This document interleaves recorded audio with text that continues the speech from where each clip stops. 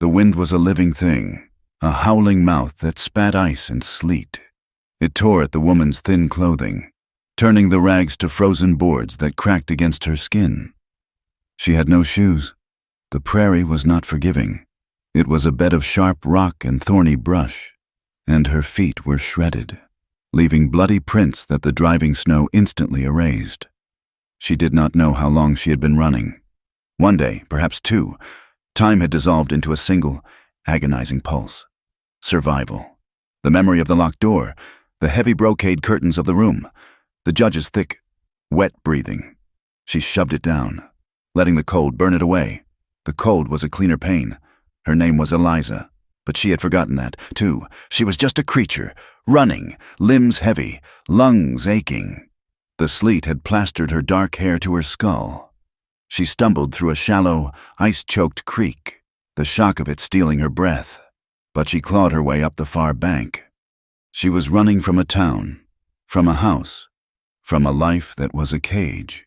She had pried the window open with a fireplace poker, dropped 2 stories onto a carriage roof, and fled into the teeth of the Montana winter. Now, the world was a gray, swirling void. She could not feel her hands. Her legs were just heavy, distant things that she commanded to move. She fell, tasted the frozen mud, and pushed herself up. She fell again. This time, she saw something darker than the swirling snow, something straight and unnatural in the chaos of the prairie. A line, a wire fence. It was the last thing she saw. She reached a frozen hand toward it, a plea to a god she no longer believed in, and collapsed into the drift that had formed against the lowest strand of barbed wire. Silas found her near dusk. He had been checking on his small herd, making sure the cattle were huddled in the lee of the canyon wall. The storm was a bad one, the kind that killed. He saw the heap of wet rags against his fence line, and his first thought was that a cow had birthed and died. Then he saw the shape of a human hand. He approached on foot, his rifle in his grip, his limp more pronounced in the deep snow. He was a man who lived with caution. Trouble always found you, even when you lived 30 miles from the nearest neighbor. He nuded the body with his boot. A low moan, barely a breath, escaped it. He swore. A short, harsh sound ripped away by the wind. It was a woman. He knelt, his bad knee cracking, and saw the blood on her feet, the raw, scraped skin of her face. She was near death. He looked around, scanning the empty, white horizon. No one else, no tracks but her own, and those were nearly gone. He could leave her. It was the smart thing to do. Bringing this into his home was bringing a plague. She was running from something, and that something would have horses and guns. But he looked at her feet, and the hard set of his jaw softened just a fraction. He had seen what men could do. With a grunt, he sheathed his rifle and lifted her. She weighed almost nothing, a bundle of ice and wet cloth. He carried her back to his cabin, his limp making the trek agonizing. He kicked the door open, and the warm, smoky air of the small room hit them. He laid her on the dirt floor, not on his cot, not yet. He bolted the door against the storm and turned to look at what he had brought inside. She was a mess. He lit a second lantern, the yellow light flickering over her. He was a man who lived alone, and his cabin reflected it. It was one room, clean but stark. A stone fireplace, a cot, a rough-hewn table with one chair, and shelves of preserved goods. He spoke little because there was no one to speak to. His hands, scarred and calloused from work and, long ago, from other things, were his only tools. His eyes, gray as the storm outside, were wary. They had seen too much to ever be truly calm, and he walked with the memory of a bullet in his left thigh, a constant, dull ache that was part of him now. Eliza stirred as the warmth began to seep into her. It was agony. The feeling returning to her frozen limbs was a fire of needles. She cried out, a thin, animal sound, and tried to scramble away from him. He stood back, his hands raised, palms out. "Easy now. You're inside, out of the wind." His voice was rough, like stones grinding together. It terrified her. She huddled by the door, her eyes wide and animal bright. She saw his size, the scars on his hands, the rifle leaning near the hearth. "Just getting water," he said, his voice low. He moved slowly, turning his back to her to dip a ladle into a wooden bucket near the fire. He brought the dipper to her, holding it out. She stared at it, then at him. He was not threatening her. Not yet, but her whole body was a wire pulled taut. She flinched as a gust of wind battered the cabin walls. She avoided his touch, his eyes, everything. She was a cornered animal. He sighed, the sound barely audible, and set the dipper on the floor near her. Water and food, when you're ready. He went to the fireplace and stirred a pot of thin stew that had been simmering there. He ate his own portion standing up, watching her. She did not move for an hour. Finally, her thirst overmastered her fear. Her hand shook so badly she spilled most of the water, but she drank what she could. He nodded. Once. Them feet, and your hands. She looked down. Her feet were blue and black, cut to the bone in places. Gotta tend 'em, he said. He brought a bucket of warm water, not hot, and a rag. He set them in front of her. You do it, or I will. But they go black, you lose 'em. He was not gentle in his words, but he was not cruel. He was practical. He laid out a jar of salve and some clean strips of linen. Then he sat in his chair at the table, his back to her, and began to clean his rifle. He gave her the decency of not watching. She ripped the frozen cloth of her drawers away from her skin, biting her lip to keep from screaming. The water was a mercy and a torment. She cleaned the dirt and gravel from the wounds as best she could, her body shaking with cold and delayed shock. He had left a quilt on the floor. After she was done, she wrapped it around herself, her torn dress in a heap, and dragged herself as close to the fire as she dared. She fell asleep, not into rest, but into a black pit of exhaustion. He watched her sleep. He saw the fine lace on the edge of her underdress, a garment of delicate silk, now stained with mud and blood. He saw the one hand that lay outside the quilt. It was not the hand of a farm girl or a whore. The nails were whole. The skin, though bruised, was soft. She had the accent of the East, of money. He had heard it once or twice in towns he'd passed through. A woman like that did not end up barefoot in a Montana blizzard for any good reason. He stayed in his chair all night, the rifle across his knees, listening to the storm and the woman's ragged breathing. For 7 days, the blizzard raged. The world shrank to the four walls of the cabin. The wind never stopped, a high, maddening shriek that buried the cabin halfway up its walls in snow. They were isolated, prisoners of the weather. They lived in silence. He would go out in the mornings to feed his horse and milk cow in the small barn, fighting his way through the drifts, a rope tied from the cabin door to the barn door so he would not get lost in the whiteout. He would return, covered in ice, and she would be awake, huddled by the fire, the quilt around her shoulders. He would offer food. She would accept a hunk of bread, a bowl of the thin stew. She refused to speak. She would not tell him her name or where she came in from. When he asked, her first day, she had simply stared at him, her eyes a wall of pale, flat terror. He stopped asking. She insisted she would leave the moment the storm broke, the moment she could walk. You'll die, he told her, not unkindly. Even if the storm breaks, you'll die. You got no shoes, no coat, no food, and I'd wager you don't know north from south in this country. I'll leave, she repeated, her voice a dry rasp. They coexisted. The small cabin forced a terrible intimacy. She heard him sigh in his sleep. He heard her whimper when her nightmares came. They sat by the fire, the only source of warmth, close enough to touch, but a mile apart.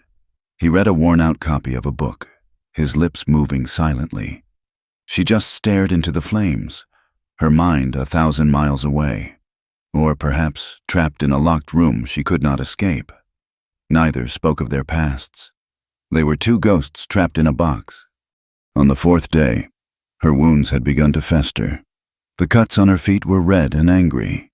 He had been changing the bandages for her, a task she submitted to with a rigid, hateful silence. She would sit on the floor, her back against the wall, her hands clenched into fists, while he knelt and gently cleaned her feet, He was surprisingly gentle. His scarred, rough hands moved with a practiced care. He never touched her more than was necessary. But this time, one of the bandages on her calf, a deep tear from the barbed wire, had stuck. He soaked it with warm water, but it would not come free.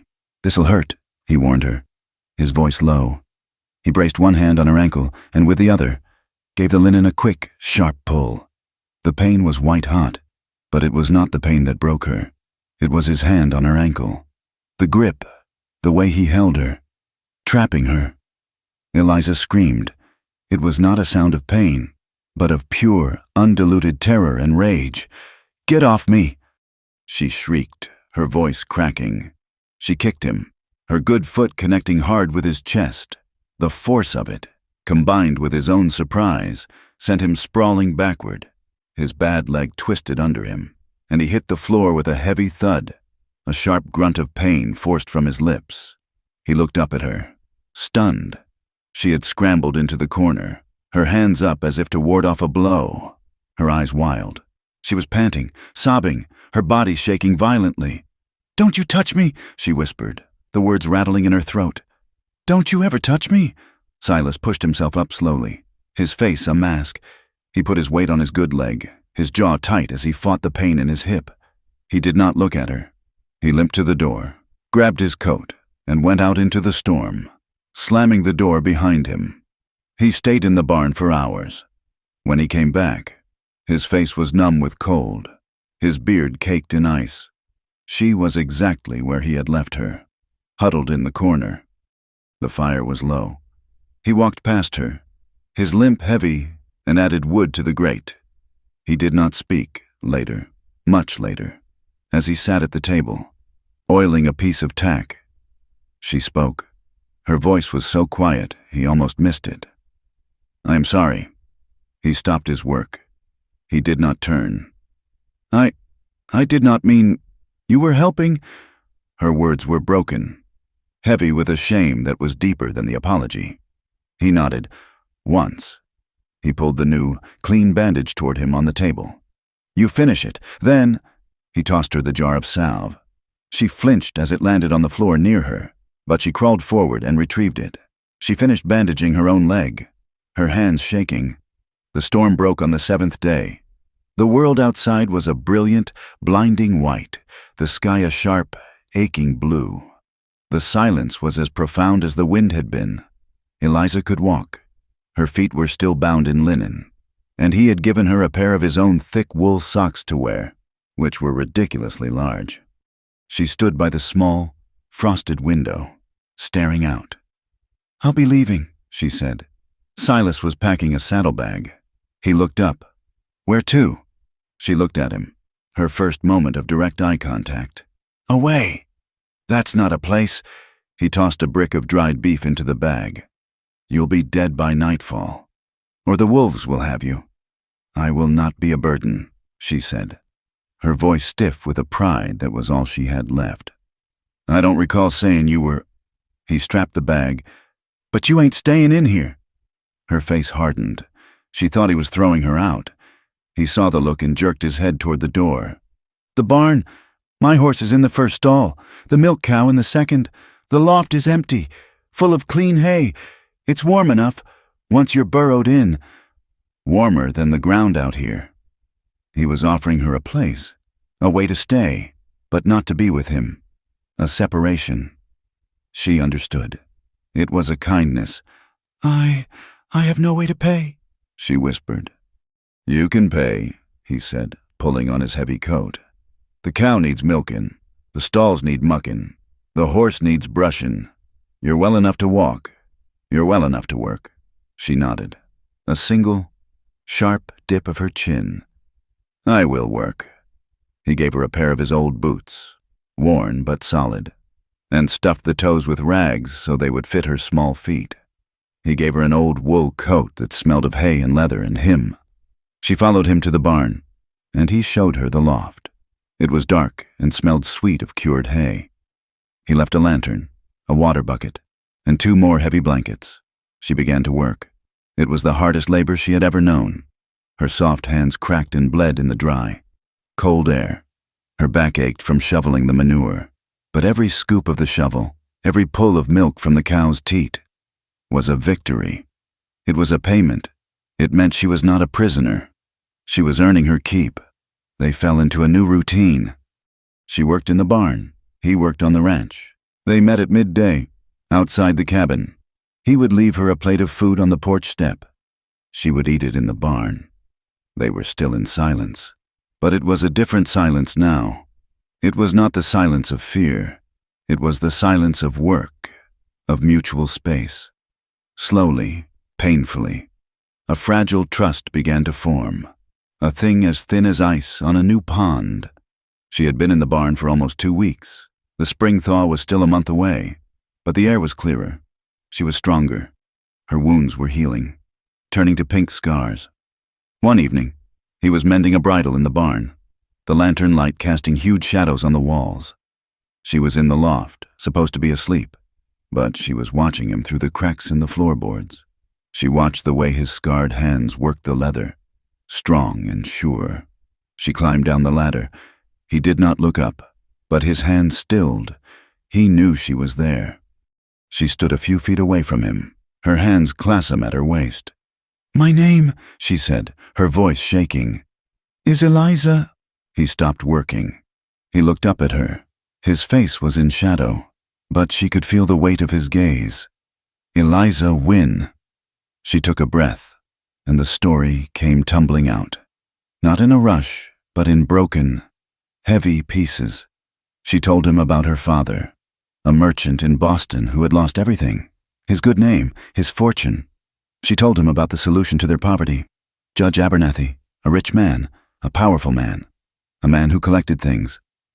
He wanted a young wife, she said, her voice flat, her eyes fixed on a point on the wall just past his shoulder. My father? He made the arrangements. He called it a good match. The judge was old. He was not a kind man. He liked to show me the things he owned. He said I was one of them now. Silas's hands clenched on the leather strap he was holding. I was to be married. He locked me in my room the night before. He said he wanted to make sure I was ready, that I understood what it meant to be his property. She was shaking, but she did not stop. I hit him. I hit him with a water pitcher, and I ran. I took his coat, but I did not have time for my shoes. I just ran. I have been running ever since. She finished. The barn was dead silent. The only sound was the cow shifting in her stall. Eliza was braced, waiting for him to judge her, to pity her, to turn her away. Silas was quiet for a long time. He looked down at the bridle in his lap. Finally, he spoke, his voice that same low, rough monotone. Judge Abernathy, from Helena. It was not a question. Eliza's blood ran cold. You know him? I know of him, Silas said. Everyone knows of him. He owns half the territory, and he don't like people touching his property. He stood up, his bad legs scraping the dirt floor. He looked at her, and for the first time, his eyes were not wary. They were something else. Hard, cold. You brought a powerful lot of trouble to my door. Eliza Wynne, he said. She flinched, thinking he would cast her out. Get some sleep, he said. He turned and limped out of the barn, leaving her alone in the lantern light. Eliza climbed back into the loft, but she did not sleep. She had given him her story, and he had not thrown her out. It was more than she had hoped for. Later that night, from her perch in the hay, she saw a light in the cabin. She watched through the barn's high, small window as Silas stood in front of his fireplace. He was holding something in his hand, something small and square, a tin photograph. He looked at it for a long time, his face unreadable in the firelight. Then, with a sudden, deliberate movement, he opened the stove door and tossed the photograph into the flames. He watched it curl and blacken until it was nothing but ash. He closed the stove, and the cabin went dark. Spring did not come gently. It came with the sound of cracking ice and the roar of water. The snow, which had buried the world in white silence, turned against them. It melted into a heavy, suffocating mud that trapped the cattle and threatened to wash away the very foundations of the barn. The creek, which Eliza had once crossed in her escape, swelled into a brown, angry river, tearing at its banks and pulling winter-killed trees into its current. Eliza moved out of the barn loft. She did not ask. She just did it. One morning, Silas awoke on his cot to find her asleep on a bed of hay and blankets he had stored in the driest corner of the cabin. He said nothing. The space was too small for argument, and the work outside was too large for one man, especially one man with a bad leg. They began to rebuild. The storm had been hard, and the winter long. Miles of barbed wire fencing were snapped and buried. He showed her how to stretch the wire, how to handle the heavy pliers, how to set a post. Her hands, which had been soft and ruined, were now just ruined. They were scarred, calloused, and strong. She did not complain. She worked from sunup until the last light failed, her body aching, her face set in a look of grim determination. He watched her. He had known her now for nearly 2 months, but he still watched her as if she were a deer that might bolt at any sudden sound. He watched her learn to ride his placid mare, sitting stiffly in the saddle, her fear a hard line in her shoulders. He watched her find the new calves hidden in the brush, her voice, when she spoke to the animals, surprisingly soft. He saw the strength returning to her, not just in her body, but in her eyes. The flat, terrified look was gone, replaced by a weary watchfulness. She was surviving, and in this land, survival was a form of worship. He found himself admiring the way she pushed herself. She never shirked a task, even the ones that clearly repulsed her, like skinning a rabbit for their stew. She would turn her head, her face pale, but her hands would remain steady. That quiet grit, that refusal to be broken. It stirred something deep in him. It was a language he understood. He felt a pull, a deep, slow, and dangerous current of feeling.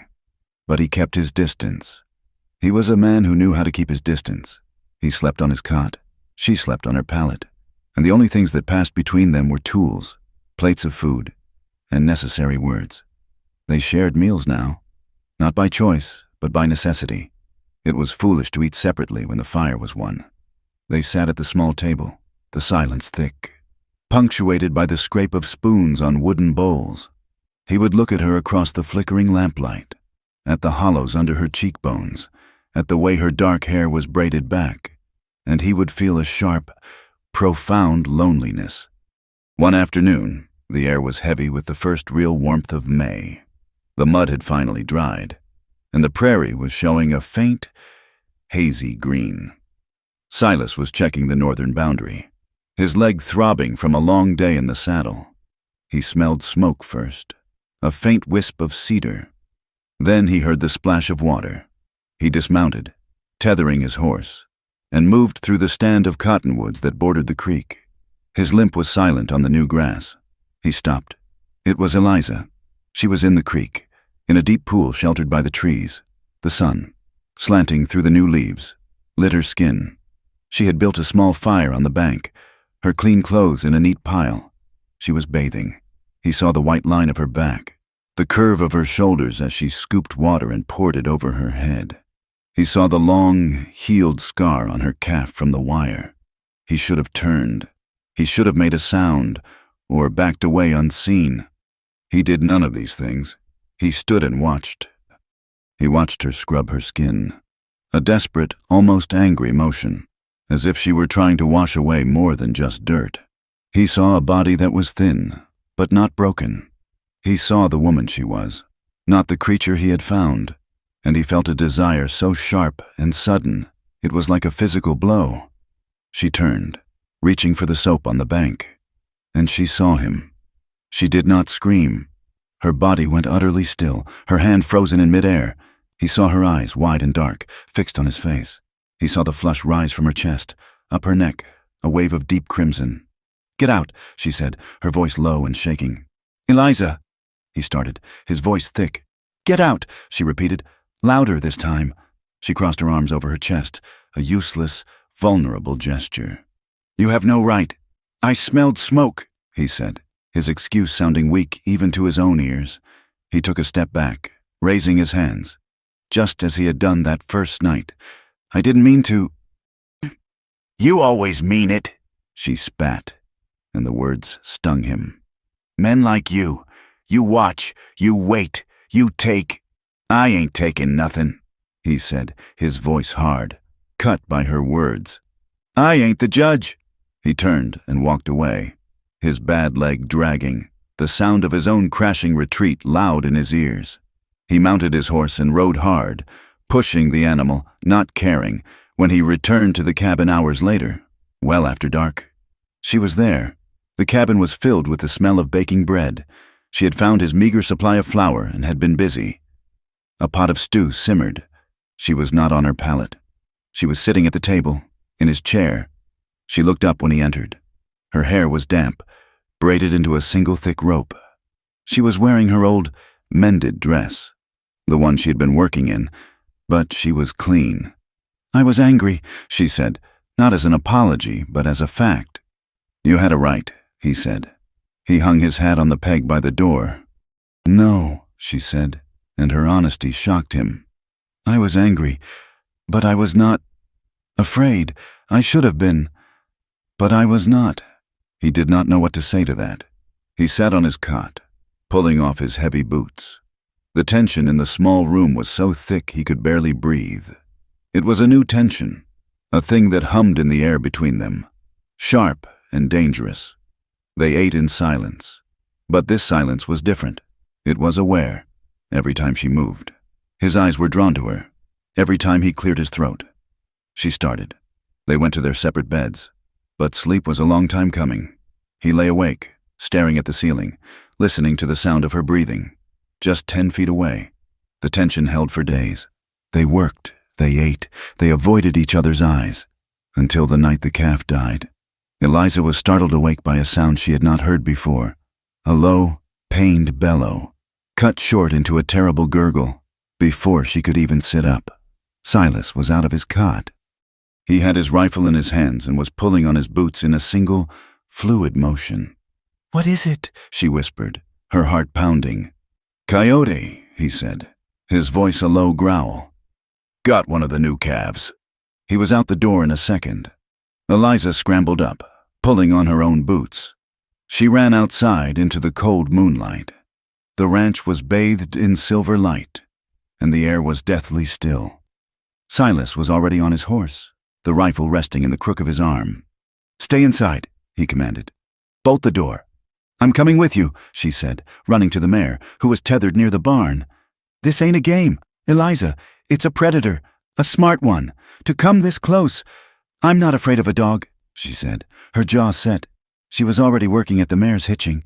He swore, but he did not have time to argue. He spurred his horse toward the low hills where the cattle were grazing. She was right behind him. They rode hard. The moon was nearly full, illuminating the land in shades of silver and black. They found the calf. It was a brutal sight, one Silas had seen 100 times, but it filled him with a cold rage. The mother cow was circling, lowing in distress. The predator was gone, but the tracks were fresh. "It's heading for the high rocks," Silas said, dismounting to read the tracks in the damp earth. "Smart. Knows it can't be cornered up there." "Then we hunt it," Eliza said. She was breathing fast, her eyes bright with a strange, fierce light. He looked at her, surprised. He saw no fear in her. He saw something else, a shared anger. He nodded. "Once. We hunt." They left the horses, tethering them in a grove of pines. The tracks led up, into the rugged hills that marked the edge of his property. It was hard climbing, treacherous in the dark. The snow had not melted here. In the shadows, it clung in patches, slick and icy, hiding the loose scree beneath. They moved in silence for nearly an hour, Silas in the lead, his limp making him careful, his senses sharp. Eliza followed, surprisingly quiet, moving as he moved, stepping where he stepped. He could hear her breathing, a steady rhythm behind him. He smelled it before he saw it, the musky, sharp scent of the animal. He stopped, holding up a hand. Eliza froze behind him. He motioned to the left, to a dark overhang of rock. The den! He raised his rifle, sighting down the barrel. The moonlight did not reach here. It was all shadow. He heard a low growl. And then, Eliza slipped. The patch of snow-covered shale she was standing on gave way. She cried out, a sharp gasp. As her feet went out from under her, she was sliding, backward, toward the edge of a ravine they had not seen in the dark. It was a sheer drop, at least 50 feet to the rocks below. Silas did not think. He dropped the rifle and lunged. He grabbed her, his left hand clamping onto the thick wool of her coat, his right arm locking around her waist. Her momentum pulled him with her. His boots skidded on the loose rock, his bad leg screaming as he took their combined weight. He fell, planting his good leg, twisting his body to shield her, his back slamming into the side of a small pine that was growing. Impossibly. From the rock face, they teetered there. For one long, agonizing second, below them, the black void of the ravine. Above them, the growl of the cornered animal. They were both breathing, harsh, ragged gasps that filled the sudden silence. He had her pinned against the rock wall, his body half covering hers. He could feel every line of her, the sharp point of her hip, the frantic beat of her heart against his ribs, the softness of her breasts pressed into his chest. Her hands were on his shoulders, her fingers digging in, her nails like claws. He looked down at her. Her face was inches from his, pale in the moonlight, her eyes wide, her lips parted. The coyote, the calf, the danger, it all evaporated. There was only this, the cold air, the smell of pine, and the sudden, undeniable heat of her body against his. She looked up at him. She was not looking at the ravine. She was not looking for the coyote. She was looking at his mouth. Her voice was a whisper, so quiet he almost didn't hear it. "Don't touch me unless you mean it." The words shattered the moment. They were a challenge, a plea, and a warning. All at once, he could have, in that second, he could have lowered his head, covered her mouth with his, and taken what she was almost offering. He wanted to. The hunger in him was a physical ache. But he heard her words, "Unless you mean it." And he heard the unspoken part. "And what do you mean, Silas?" He meant survival. He meant a night's warmth. He meant a moment's relief from a crushing loneliness. He did not mean love. He did not mean forever. And a woman like this, a woman who had been property, she deserved more than what he was capable of meaning. He backed away. He released her waist, and the loss of contact was like a cold shock. He stepped back, giving her space. "Can you stand?" he asked, his voice rougher than he intended. She nodded, not looking at him. She was shaking. "The wolf's gone," he said, looking at the den. The tracks showed it had scrambled out the back, up the rock face, while they were occupied. "It won't be back tonight." He retrieved his rifle. The walk back to the horses was silent. The air between them was no longer just tense. It was vibrating. A wire pulled to its breaking point. They rode back to the cabin. When they arrived, the first hint of gray light was touching the eastern horizon. Silas dismounted and, without a word, walked past the cabin to the pile of wood he had cut for new fencing. He picked up the post-hole digger. Eliza watched him, her hand still on the mare's neck. "Silas?" "Go to bed," he said, not looking at her. He set the digger and slammed his weight onto it, the sound of the steel blade biting into the hard earth sharp in the morning air. She went inside, but he did not. He stayed out, digging holes and setting posts.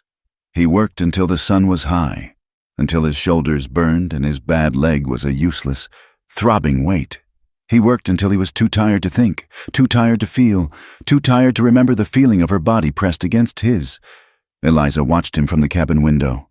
She saw the fury in his movements, the self-punishment, and she understood. He had backed away. He had respected her words. He had not taken. She was still terrified, but it was a new fear. She had been afraid of men. Now, she was afraid of this one man, and for a very different reason. A few days later, she found the courage to ask. He was sitting on the porch step, mending a piece of tack, his bad leg stretched out. The sun was warm, and she sat on the other end of the step. a basket of beans in her lap to snap for their supper. "Your leg," she said, her voice quiet. "It's worse. After you. After the fence," he grunted, his fingers never stopping their work on the leather. "It's always worse." "How?" she asked. "How did it happen?" He stopped. He looked at the horizon, a long, flat line of purple and green. He had not told this story to anyone. "War?" she prompted, gently. He snorted. "No, not the war. A woman." Eliza waited, her hands still in the basket. "Town north of here. Years ago," he said, his voice flat, reciting facts. "I was younger, dumber. I was working a saloon. She was the owner's wife. He was a big man, liked to use his fists. On her." He ran his thumb over the scar on his knuckle. "She begged me, every day, crying, begged me to help her, begged me to stop him, for good." Eliza's breath caught. "One night, he was bad. I heard the sounds. I went upstairs. She was in the corner, her face. Well, he came at me with a bottle. I had my sidearm. I warned him. He didn't stop." Silas stared at his leg. He was on the floor, dead. She was screaming. And the bullet, his partner was in the hall. "He shot me, right here." He tapped his thigh. "Took me a year to walk again. Never right." "She screamed?" Eliza asked. "She did," Silas said, a bitter twist to his mouth. "She ran out, into the street, pointed at me, called me a killer, said I'd murdered her husband. She never said a word about the begging, never said a word about the beatings." What happened?" "I ran. Sheriff was the judge's man. They'd have hung me. I just ran, or limped. I guess she got the saloon. All of it. Heard she married the partner, the one who shot me." He shrugged. "She ran. Said she never wanted to kill her." They sat in silence for a long time. The only sound was the snap of the beans as Eliza began to work again. "You're not a killer," Eliza said, her voice so quiet he barely heard it. "You're not a killer if someone begs to be saved." He looked at her, and his eyes were raw. It was the first time she had ever seen the man behind the scars. He looked away, quickly, but not before she saw. That night, she moved her pallet. She set it up on the other side of the hearth, still separate, but clearly inside the circle of the room, no longer in the corner. It was a statement. "I am here." Silas did not acknowledge it, but he felt it. The space in the cabin had shrunk again. The nearness was agonizing. He could smell the soap she used, see the rise and fall of her blankets in the moonlight that came through the window. He lay awake, his hands clenched, his body aching with a need that was more than just physical. It was a need for connection, a need to not be alone, and it terrified him more than any bullet. One evening, they were at the table, finishing a silent meal of rabbit stew. The air was cool, and the fire was burning low. Eliza had been watching him, a new, thoughtful look in her eyes. She had seen the man who protected, the man who was betrayed, the man who built fences in the dark to keep himself in check. She reached out, slowly, her fingers brushing the back of his hand where it rested on the table. His reaction was instant, violent. He recoiled, pulling his hand back as if she had burned him. His chair scraped the floor. "Don't," he said, his voice a harsh rasp. Eliza froze, her hand hovering in the air, the rejection a visible sting. He saw her face, the hurt, the confusion. He stood, his jaw tight. "Don't want what you'll regret in daylight." He grabbed his coat and went outside, leaving her alone at the table, her hand still resting, empty, on the worn wood. Eliza watched him go, her heart a cold knot in her chest. She was drawn to this man, to his quiet strength, to the pain she saw in him that mirrored her own. She felt safe with him, safer than she had ever felt. But he was right. What did she want? She wanted comfort. She wanted to not be alone. But she was terrified. She was terrified of the debt. She was terrified of the bargain. She had seen what happened when a woman was claimed. She had run from a man who called her his property, and she knew with a dreadful certainty that if she let this man in, if she gave him even a part of herself, she would be his in a way that was deeper and more binding than any lock and key. He came back in, hours later. She was on her pallet, pretending to be asleep. He sat by the cold fire, not sleeping, just sitting, his rifle across his knees. She lay there, her eyes wide open in the dark, and her fear congealed into a hard, cold resolve. She would not be weak. She would not trade one cage for another, no matter how kind the jailer. The next morning, she said it. He was checking the hoof on the mare, and she was holding the horse's lead. "I am grateful," she said, her voice stiff, "for what you have done, for the food, for the shelter." He glanced up at her, wary. "What is it, Eliza?" "If you ever," she said, her voice low and shaking with the force of her words, "if you ever say I belong to you, if you ever think it, I'll walk into the river. I'll walk into the river and I will never come back." He stood up, slowly. He looked at her, his face unreadable, his gray eyes searching hers. He saw the terror there, the desperate, fierce independence. He saw the shadow of the judge. He nodded. Once. "Fair warning."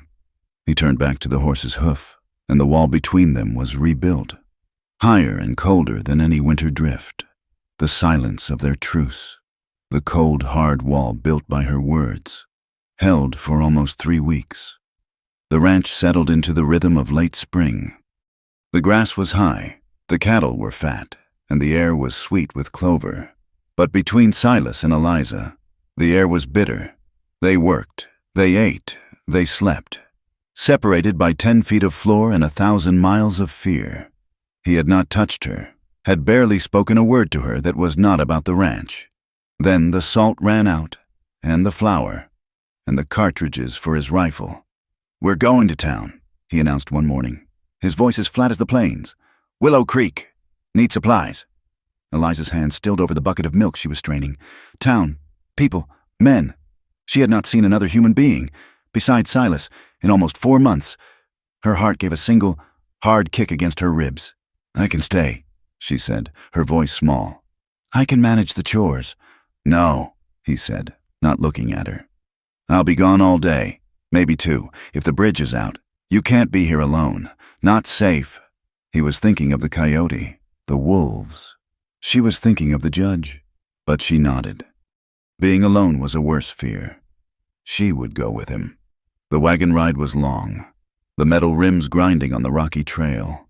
They sat side by side on the hard wooden bench, not speaking, not touching. Eliza wore the old wool coat he had given her. Though the day was warm, it was a shield. She watched the land roll by, the endless, beautiful, empty land that had become her whole world. It was so big. She had forgotten how small a town could feel. Willow Creek was not a town. It was a scar.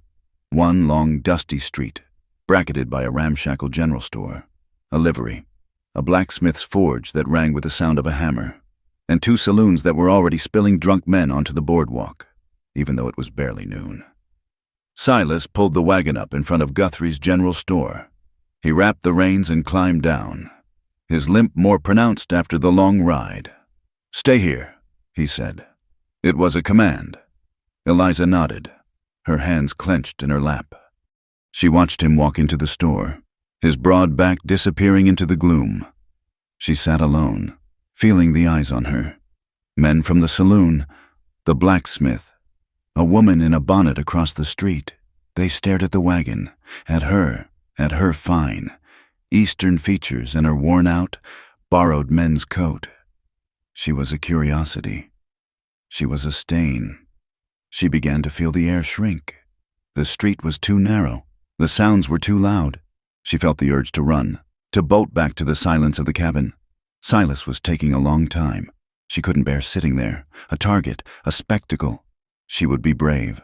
She would prove she was not a coward. She climbed down from the wagon, her legs shaking, and walked into the store. The inside was dim, smelling of coffee, cured leather, and dust. Silas was at the back counter, his back to her, deep in negotiation with the proprietor, Mr. Guthrie. over a bag of flour. There were 2 other men in the store, leaning against a barrel, nursing bottles of beer. They were rough men, their faces burned by the sun, their clothes stained. Eliza kept her eyes down. She moved to the shelves, pretending to look at the bolts of calico. "That'll be Silas Kincaid," one of the men muttered, his voice a low rumble. "Out on the old Miller place. Ain't seen him in a year." "Who's the woman?" The other one, a thick man with a red beard, asked. His voice was louder. Eliza froze. "Looks like that piece he found," the first man whispered, but the store was small, and the whisper carried. "The one they say ran? The one that belonged to the judge?" Eliza's blood turned to ice. She could hear the blood roaring in her ears. The man with the red beard, Red, pushed himself off the barrel and took a step closer. He was grinning, his teeth stained. "Well, now, I heard there was a reward, a healthy one. Leave it, Red." The storekeeper, Guthrie, said, his voice sharp. "Silas, you got your goods." Silas had turned. He had not heard the whispers, but he saw the men. He saw their eyes, hungry and cruel. And he saw Eliza. She was not in the wagon. She was standing by the shelves, her face a mask of such pure, white terror that she was unrecognizable. She was not the woman who had fought the snow or hunted the coyote. She was the creature he had found by the fence, broken and animal-scared.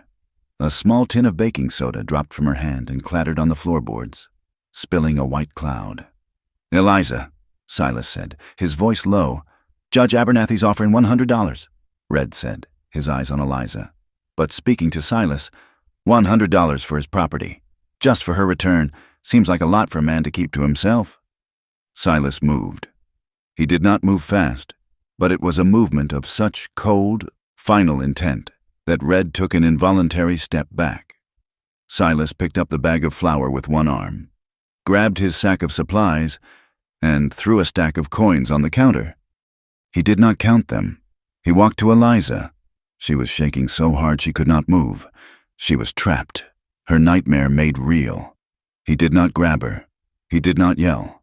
He simply unbuttoned his own heavy canvas coat, the one he had worn for the ride, and put it around her shoulders, pulling the collar up high, shielding her face from the men, from the room. "Walk," he whispered, his hand on her back.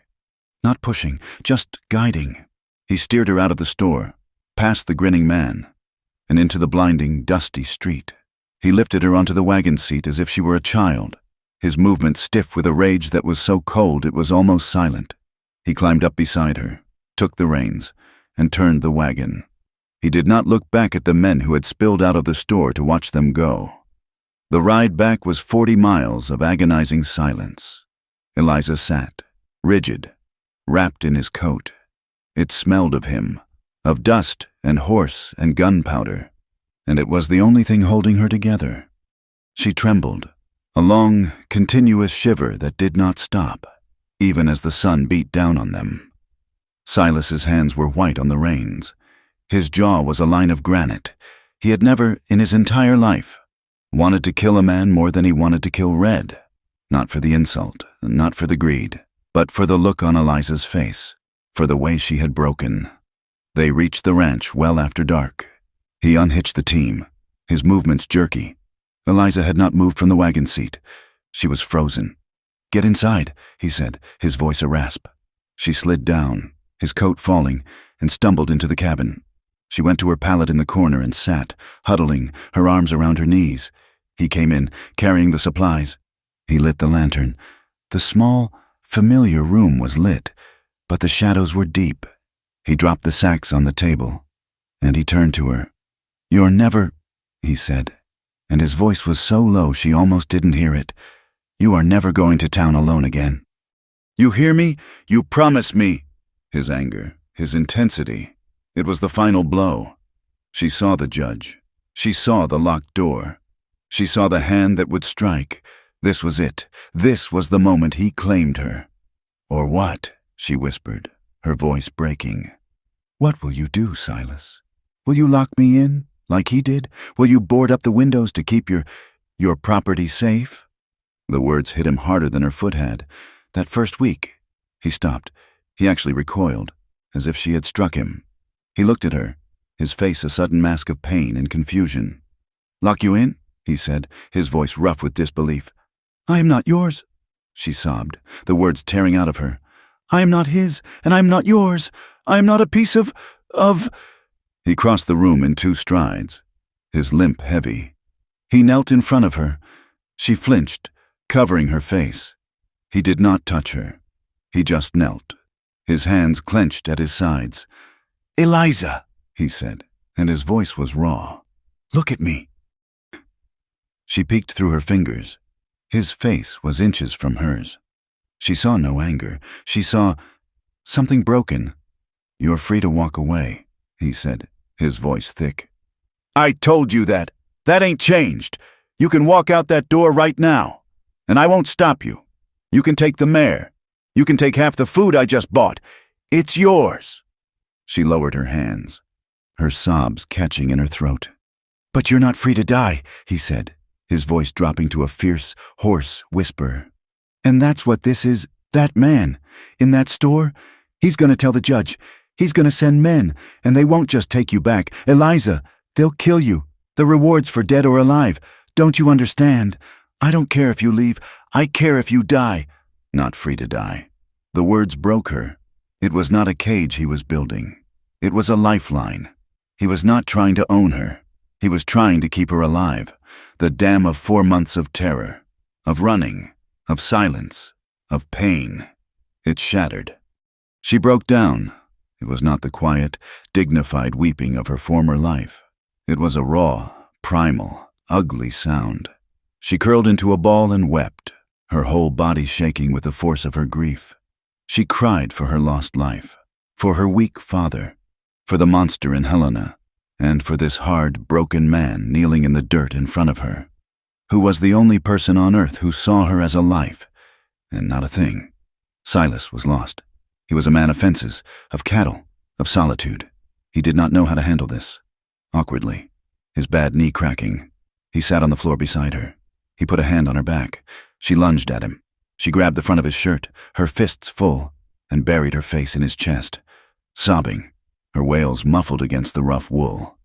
He froze, his body rigid. Then, slowly, his arms came around her. He held her tightly, his hand moving to the back of her head, pressing her face into his shoulder, as if he could absorb the pain himself. He said nothing.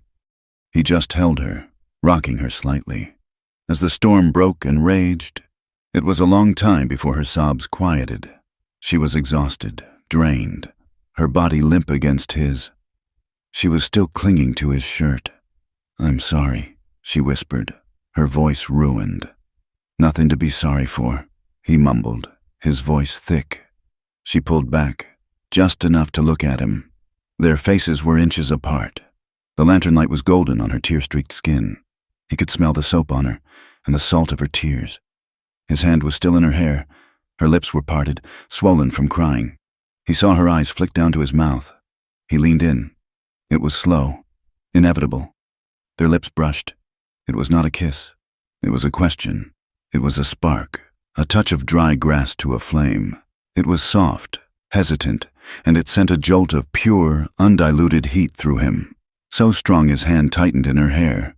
She gasped, a tiny sound, and he pulled back. He pulled away, his breathing harsh, his eyes dark. He looked at her, at the fear and confusion and something else. In her eyes, he stood up, abruptly, putting distance between them. He turned his back to her, running a hand over his face. "I'll never take what you don't offer. Eliza," he said, his voice hoarse. He went to his own cot, pulled off his boots, and lay down, his back to her, his body as rigid as a board. The trip to town had broken the truce. Now, the nightmares came back. Eliza had not dreamed of the judge in months. Now, he was in her head every night. She dreamed of the store, of Red's face, of the judge's thick, wet breathing. She dreamed of the locked room, the heavy curtains. She would wake up fighting, kicking the blankets, her throat raw. She would not scream. She had learned, in the judge's house, to scream in silence. She would just wake up, gasping, her heart trying to beat its way out of her chest. Silas heard. He heard the gasp. He heard the sharp intake of breath, the rustle of blankets as she fought an enemy only she could see. One night, it was worse. She was whimpering, a low, animal sound of pure terror. "No!" she was breathing. "No, please, don't! Please, no!" He could not stand it. He got up from his cot. The moon was bright, and he could see her, her face pale, her eyes wide open, but seeing nothing. She was trapped. He crossed the room and sat on the edge of her pallet. "Eliza!" She flinched, scrambling away. "Eliza, it's me. It's Silas." He put his hand on her shoulder. She was trembling, a violent, bone-rattling shake. "You're here. You're in the cabin. You're safe. He's coming," she whispered, her teeth chattering. "He's coming. I can't go back." "He ain't here. No one's here but me." He could not calm her. Her trembling was getting worse, as if she would shake apart. He made a decision. He lay down, on top of the blankets, and pulled her against him. He was fully clothed, his boots still on. He wrapped his arms around her, holding her tightly, pinning her arms. "It's all right," he growled, his face in her hair. "I got you. You're safe. Just be still." She fought him for a second, her body rigid with panic. Then she felt his warmth. She felt the solid, steady beat of his heart under her ear. She felt the strength in the arms that were holding her to him, not holding her down. She melted. With a long, shuddering sigh, she went limp, her body pressing against his. She was still trembling, but the violence was gone. It was just cold. He was so warm. She clung to him, her hands grabbing his shirt, just as she had when she was crying. They lay like that, in the moonlight, for a long time. He did not move. He just held her, his body a shield against the night. He thought she was asleep, but then she shifted, turning her face up to his. Their eyes met in the dark. "Silas," she whispered. He was going to kiss her. He could not stop himself. He saw her lips part. He leaned his head down. "Don't," she whispered, her voice breaking. "Please." It was a plea, not a command. It was not, "I don't want to." It was, "I'm too afraid." He stopped. His face was an inch from hers. He squeezed his eyes shut, a wave of self-loathing and desperate need washing over him. He let out a breath, a shaky, ragged sound. He nodded, once, his jaw tight. He did not move away. He just held her, his chin resting on the top of her head. And they stayed like that, two broken, lonely people, holding on in the dark, until the first gray light of dawn. The days that followed were an agony. They avoided each other. They could not look at each other. They had shared something too intimate, too raw. The memory of her body pressed against his. The failed kiss, the shared fear. It was a wall of glass between them, invisible and unbreakable. Then, the letter came. It was delivered by a young man from the Double Bar Ranch, a kid not more than 20, who was riding the line for stray cattle. He stopped for water and handed Silas a folded, dirty piece of paper. "This came through town," the kid said. "Left at Guthrie's. He asked me to pass it along, knowing I was riding this way. Said it was important." Silas's hands were stiff as he unfolded it. It was not a letter. It was a bounty poster. It was her, a crude, drawn likeness. But it was her, Eliza Wynne. It said, in thick black letters, "Fled, property of Judge T. Abernathy." And then, the words that stopped his heart, $100, dead or alive. The kid was watching, curious. Silas folded the paper, his face a mask. "Much obliged." "Heard the judge is on his way himself," the kid said, talkative. "Heard he's coming to Willow Creek to lead the search. Hired a dozen men, says he's gonna clean out the woman who shamed him." Silas's blood ran cold. He looked at Eliza, who was standing by the barn, watching, her face pale. She knew. She could feel the doom radiating off the paper in his hand. He thanked the kid, who rode off, whistling. Silas walked to the barn, the paper in his hand. He held it out to her. She read it. She did not cry. She did not shake. She just went very, very still. "Silas," she said, her voice a dead, flat thing. "We run," he said, his voice urgent. He was already planning. "We pack. We take the horses. We head north. We can be in Canada in 3 weeks. He'll never find us. No one will." He had run before. He could run again. Eliza looked at the paper, at the words dead or alive. "No," she said. He stared at her. "No? Eliza, you heard the kid. He's coming. With 12 men. This ain't a fight, it's a slaughter. We run." "I've run my whole life," she said, her voice quiet, but with a new, hard edge he had never heard before. "I ran from my father. I ran from the judge. I am tired of running." She looked up at him, her eyes dark, her fear finally burned away, leaving something bright and hard as steel. "Let him come." He was stunned. He saw the resolve in her. He saw that she meant it. She would die here before she ran again.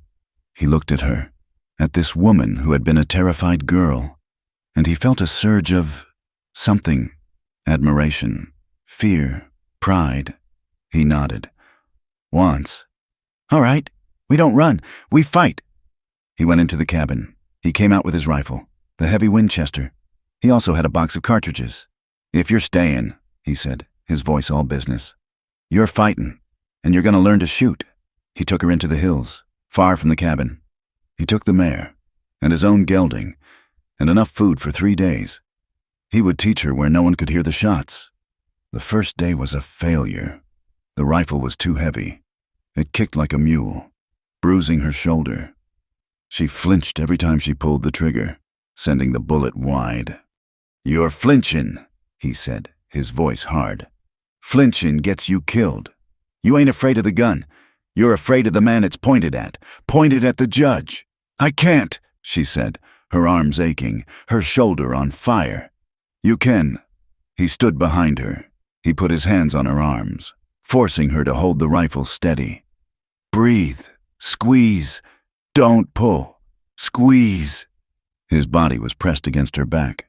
She could feel his breath on her neck. It was not the intimacy of the palate. This was the intimacy of survival. It was harder and more real. She fired. The bullet hit the tin can he had set on a rock. It sang. They spent 3 days in the hills. They barely spoke. They shot. They rode. They tracked. He taught her everything. How to load. How to clean. How to listen. How to wait. On the 3rd night, they made camp by a small spring. The air was cold, and the fire was a comfort. They sat, eating their meal of dried beef and hardtack. The tension was back, but it was different. It was not the tension of fear. It was the tension of a shared purpose. He was cleaning the rifle, his hands moving with practiced, efficient grace. She was watching him. She was watching his hands, the scarred, strong hands, the hands that had pulled her from the snow, the hands that had cleaned her wounds, the hands that had held her in her nightmares, the hands that had backed away, the hands that were now teaching her how to save her own life. She reached out, her fingers trembling slightly, and touched the back of his hand. He froze. The sound of the oil rag on the metal stopped. He did not pull away. She let her fingers trail up his arm, over the rough wool of his shirt, to his chest. He had the top buttons undone, and her fingers found the warm skin beneath. They found the old, puckered scar, the one he had told her about, the one from the woman who called him a killer. She leaned in. He did not move. He was barely breathing. He was giving her the choice. She leaned in, and she kissed him. It was not the hesitant, fearful brush of lips in the cabin. This was a choice. It was slow, and then it was raw, and then it was hungry. It was the taste of coffee and smoke and loneliness. It was a dam breaking, a release of months of fear and gratitude and a longing so deep she had not even known it was there. He kissed her back. His hand, the one without the rag, came up and tangled in her hair, pulling her closer. His other hand dropped the rifle and went to her waist, pulling her onto his lap. It was desperate. It was rough. It was exactly what they both needed. It was a kiss that said, "You are alive and I am here." She was fumbling with his shirt. He was fumbling with the buttons on her coat. She broke the kiss, gasping for air, and her hands, the hands he had taught to be steady, went to the buttons of her own blouse. She undid the first one. He stopped her. He grabbed her hands, holding them still. His eyes were dark, his breathing ragged. "Eliza," he said, his voice a hoarse, broken thing. "Say it's what you want, not what you owe." It was the most important question of her life. He was giving her the out. He was giving her the power. He was not the judge. She looked at him, her hands still in his. She saw the man, not the killer, not the recluse. She saw Silas. "I want you," she whispered, and the words were the truest she had ever spoken. She took a breath, and she added her own terms, the terms of her surrender, which were the terms of her freedom. "Just don't own me." He looked at her, and a slow, painful smile, the first she had ever seen, touched the corner of his mouth. He did not say a word. He just lowered his head and kissed her again, and this time he did not stop. That night, by the fire, he had laid a claim on her, and she had, in turn, laid one on him. The barrier of his cot, and her pallet, was gone. She had gathered her blankets and, without a word, laid them beside his. The single cot was too narrow, built for one man, but they made it work. It was a clumsy, vulnerable thing. He was a large man, and his scarred leg was often stiff. She was small, and used to sleeping in a tight ball of fear. Now, they lay side by side, their bodies pressed together in the small space, sharing the warmth. Every movement was a negotiation. If he turned, he had to lift his arm over her. If she shifted, her back brushed his chest. It was an intimacy that was more profound than the desperate, hungry kisses in the hills. In the dark, they would lie awake, listening to each other breathe. He learned the rhythm of her sleep. She learned the sound he made in his throat, a low groan, when his leg was aching. Sometimes, he would reach for her in the night, his hand finding hers, his fingers lacing through hers, his grip solid, even in his sleep. Their bond was no longer just physical. It was a slow, cautious weaving of two broken threads. He would touch her hair, his rough fingers surprisingly gentle. As they sat by the fire, she would, in turn, touch the scar on his hand, the one he had gotten from the saloon owner's wife. Neither spoke of these small, quiet touches, but they were the mortar that was rebuilding them. The fear that had been her constant companion began to recede. She woke, not to the memory of the judge, but to the smell of wood smoke and coffee, and the solid weight of Silas's arm draped over her waist. A new, fragile emotion was taking root, and one day she realized what it was. Joy. It found her in small moments. It was the sharp, clean scent of the air after a spring rain. It was the feel of the mare's strong muscles moving beneath her as she rode, not as a fugitive, but as a resident. She and Silas were herding a small group of stray cattle back from the canyons, a task that required them to ride in tandem, whooping and calling, pushing the stupid, stubborn animals. One of the calves bolted, and Eliza, reacting without thinking, spurred the mare, cutting it off, turning it back to the group. Silas reined in beside her, a look of genuine surprise on his face. "Good turn. You ride like you were born to it." Eliza, her face flushed from the wind, her hair coming undone from its braid, looked at him, and she smiled. It was not the tight, pained grimace of her first few months. It was a real, bright, unguarded smile. It lit her face, chasing away the last of the shadows. The sight of it struck Silas hard. He had never seen her truly happy. He had only known her as a creature of survival. This woman, the one who smiled, was a stranger, and she was beautiful. He found himself becoming gentler. The hard edges of his solitude were being worn away. He spoke more, not just about chores, but about the land, the animals. He told her how to read the clouds, how to know when a storm was coming. He found himself wanting to give her things. He had no money for gifts, so he gave her his knowledge. He was less guarded. He was, for the first of his life since he had run from that town, dangerously close to being content. The peace lasted until a hot afternoon in July. A stranger rode up to the ranch. Eliza saw him first. She was by the creek, washing their clothes. Her skirts hiked up, her bare feet in the cool water. She saw the dust cloud, then the rider. Her heart seized. She dropped the clothes and ran for the cabin. Her voice a sharp cry. "Silas, rider!" By the time the man reached the cabin, Silas was on the porch, his rifle in his hand, though held casually, pointed at the ground. Eliza was just inside the doorway, hidden in the shadows. Her own rifle, the one he had taught her to use, loaded and ready. The stranger was a thin man, with a thin face and eyes that were too close together. He was dressed in a dusty black suit, and he looked out of place. He stopped his horse a good 30 yards from the cabin. "Howdy," the man called out, his voice a high, nasal whine. He did not dismount. "Looking for the pass, heading to Willow Creek. Seem to have lost my way." Silas did not move. His eyes were hard. "No pass this way. This is private land. Willow Creek is 2 days back to the east." The man smiled, a tight, unpleasant gesture. 2 days? Well, now, I must be turned around fierce. Mind if I water my horse? Creek looks mighty fine." "Water your horse, then ride on," Silas said, his voice flat. The man dismounted, his movements slow. He led his horse to the creek, not far from where Eliza had been. He did not just water the animal. He looked around. His sharp eyes scanned the clothes she had left.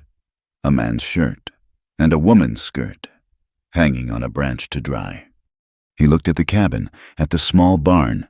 He was counting. He was measuring. "Just the two of you out here?" the man called, his voice friendly, too friendly. "Lonely life. Must be hard." "We manage," Silas said. The man finished. He pulled the horse back, but he did not mount. He walked toward the cabin, his hands visible. "You're Silas Kincaid, ain't you? Heard of you in town. Heard you keep to yourself. But I also heard you ain't alone." He glanced at the doorway, where Eliza was hidden. "Heard you got company. Company that belongs to another man." Silas raised the rifle, just an inch, so it was no longer pointed at the ground. "I think you've watered your horse enough, mister. Time to move on." The man's eyes flicked to the rifle, then to Silas's face. He saw the cold, murderous intent there. He had pushed, and he had found the wall. He raised his hands in a gesture of peace. "No offense, Kincaid. Just making conversation. A man gets lonely on the trail. $100 lonely, you might say." He walked backward, slowly, mounted his horse, and tipped his hat. "Much obliged for the water." He rode away. He did not ride east, toward Willow Creek.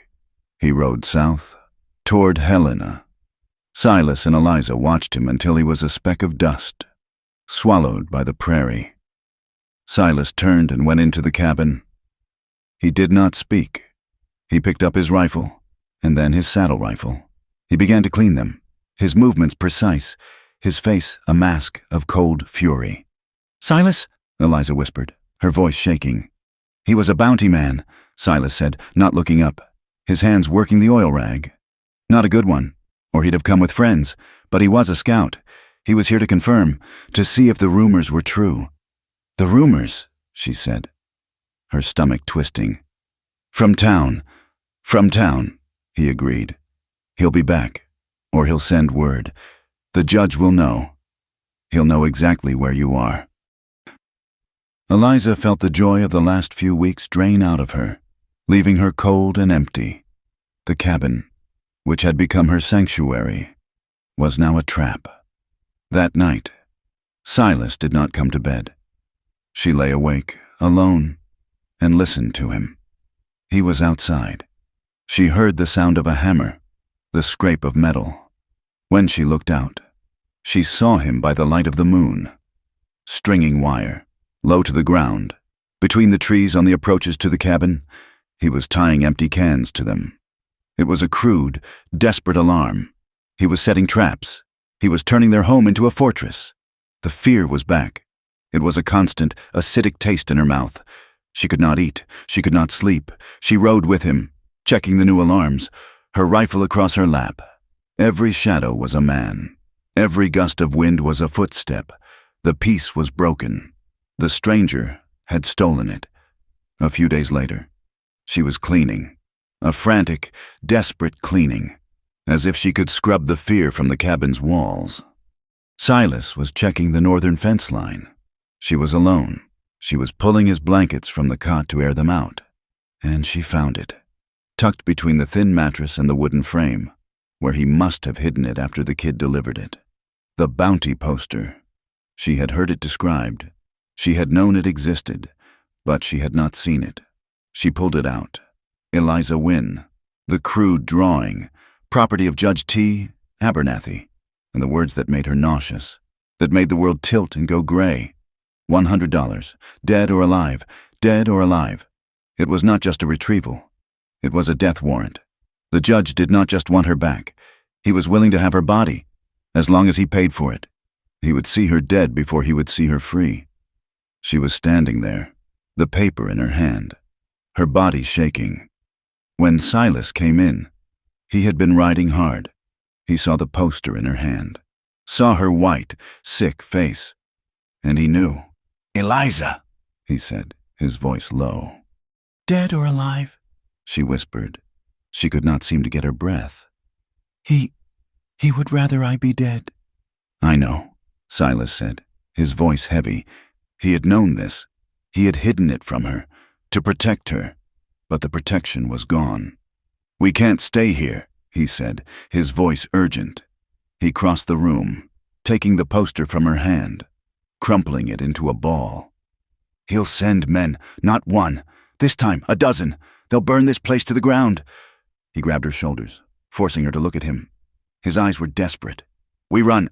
Now. Tonight. We pack the food. We take the horses. We head north. Like I said before, we go to Canada. He can't follow us there. His power ends at the border." "Run," she said, the word tasting like ash. "Again?" "It's the only way. Eliza, we can't fight them. We can't." He was desperate. He was terrified. Not for himself. For her. He saw her. And he saw the woman he had failed to save. The one who had called him a killer. He would not fail again. "I have some money," he said, his voice fast, his thoughts spilling out. "Hidden. Enough to get us started. We can find a new place. A place he'll never find." He looked at her, his hands tight on her shoulders, his gaze burning. "And we'll get married. In the first town we find. It's just a paper. Eliza, a legal protection. If you're my wife, his claim, it's void. He can't touch you. He can't claim another man's wife. Not even a judge. It's just a piece of paper. To keep you safe." He was offering her the only thing he had. His name. His protection. He was offering her a cage to keep the monster out. But she did not hear protection. She did not hear safe. She heard marry. She heard wife. She heard claim.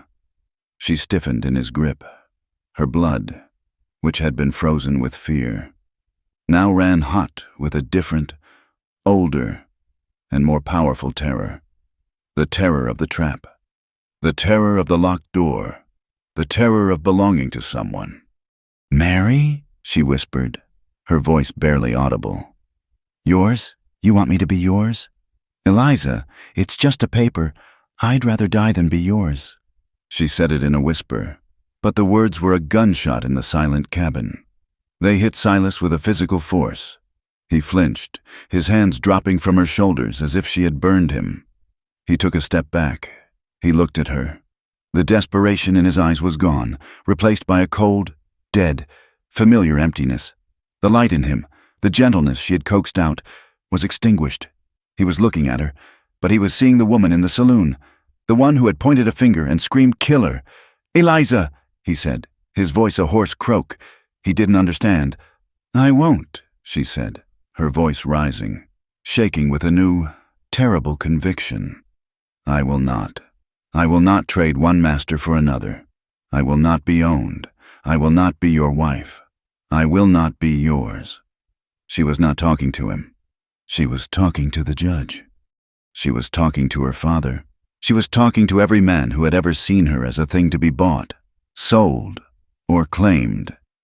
But Silas did not know that. He only heard the words, "I'd rather die than be yours." He did not yell. He did not argue. He just broke.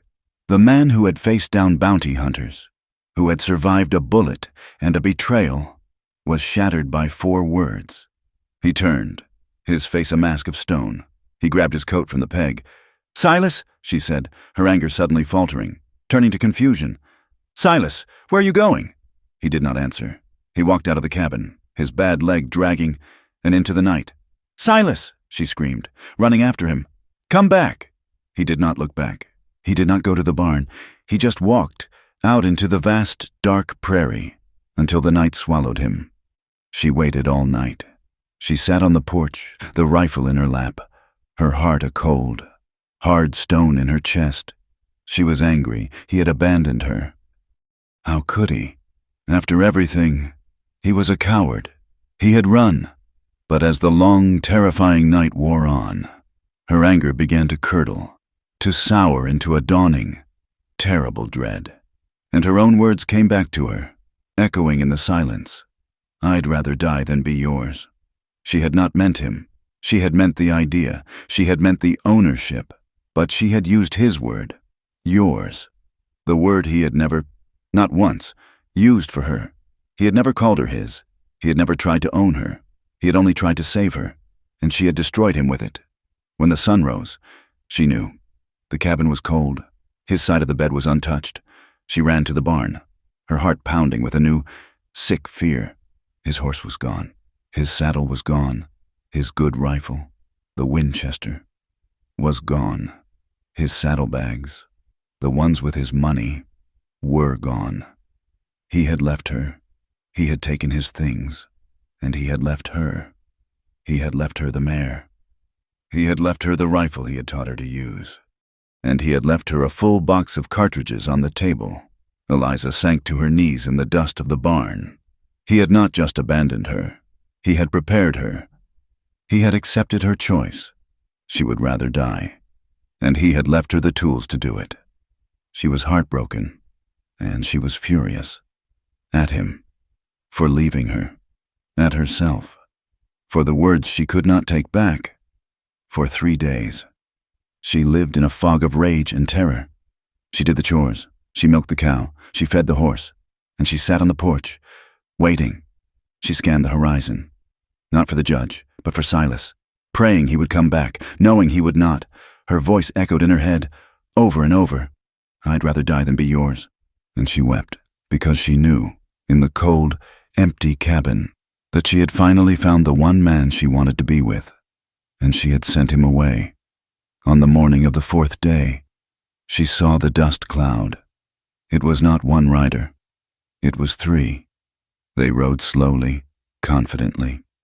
They were not bounty hunters, slinking. They were men of power. They rode right up to the cabin. Eliza was on the porch, the rifle in her hands. Her hands were shaking, but she held it steady. 2 of the men were hired guns. She recognized one of them, Red, the man from the store. His arm was in a sling, his face twisted in a hateful grin. The other was a hard case she did not know. And the third was Judge Abernathy. He was just as she remembered, bloated, cruel, and dressed in a fine black suit, as if he were in a courtroom. He looked at her, his eyes, small and dark, raking over her worn dress, her bare feet. "Eliza," he said, his voice a thick, wet rumble.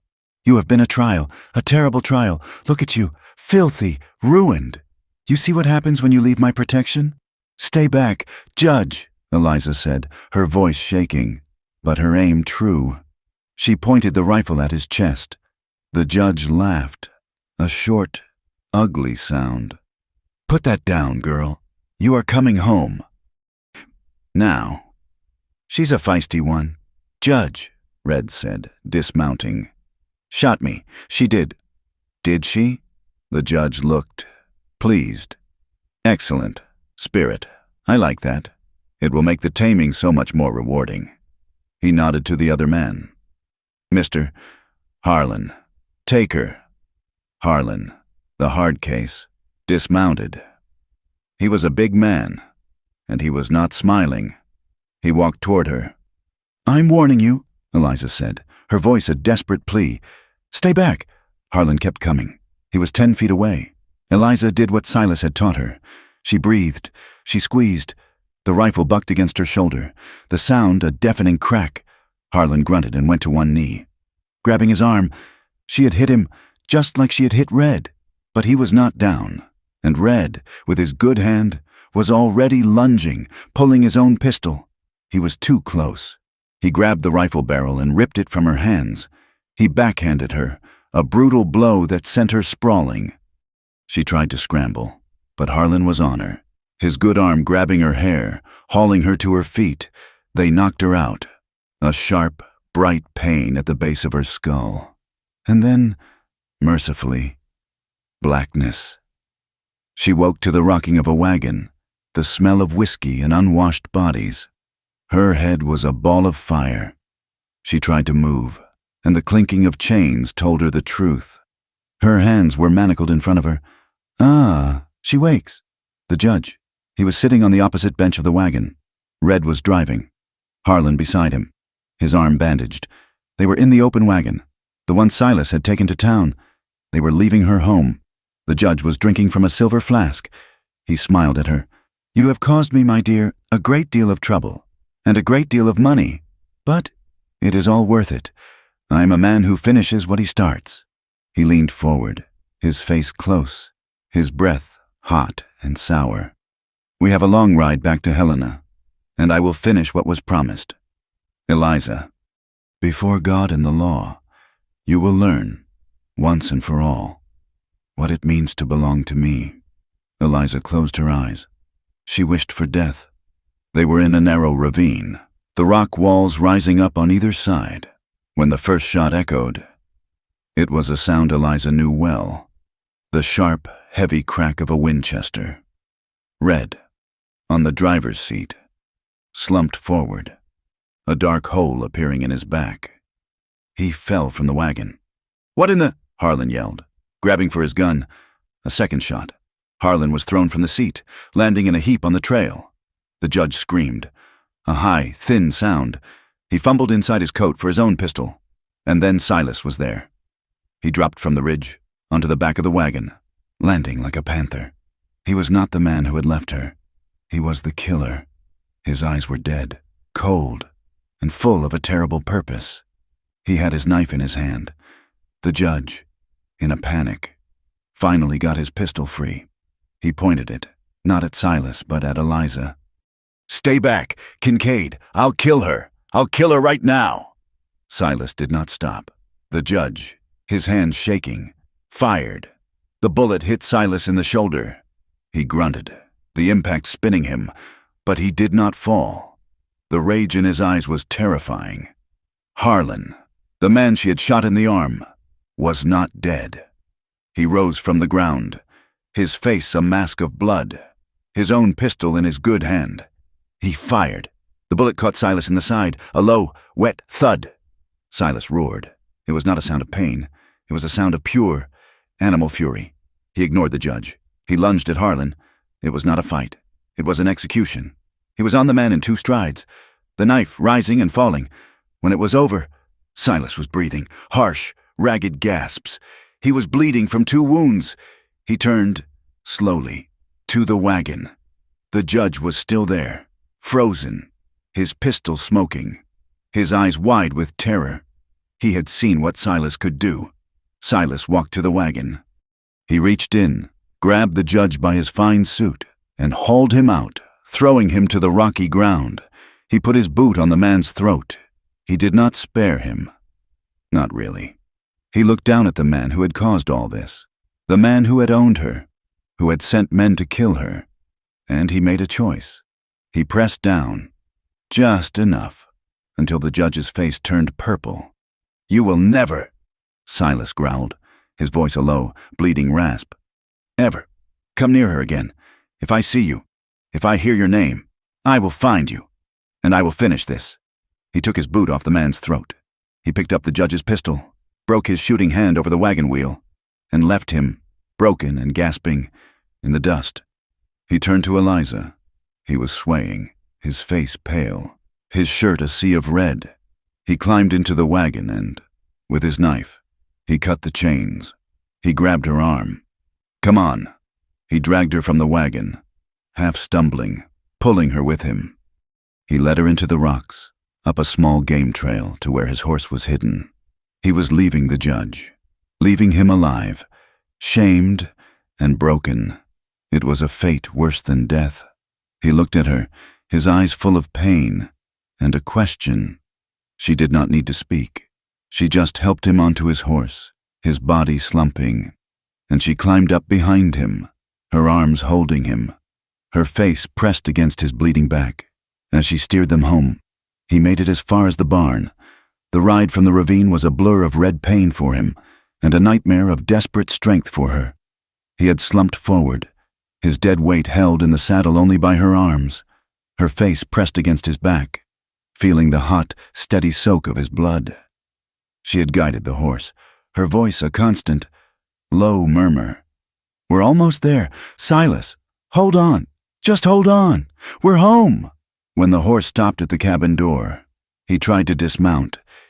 He fell. He did not fall like a man. He collapsed like a sack of grain, his body hitting the dry earth with a heavy, final thud. "Silas!" He did not move. He was unconscious, the sudden release of tension shutting him down. Eliza was a creature of frantic, terrified energy. She was no longer a victim. She was a savior, and he was a heavy man. She could not lift him. She tried. She put her arms under his, pulling, her feet slipping in the dirt. He was a dead weight, his body limp. She ran into the cabin, grabbed her pallet, the blankets, anything soft. She dragged him, inch by painful inch, out of the dirt and onto the blankets. She could not get him inside. Not alone. Not yet. She did not panic. She ran.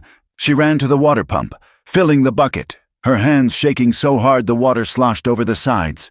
She ran back, grabbing the whiskey bottle he kept for medicine, the strips of linen she had once used for her own feet, his knife.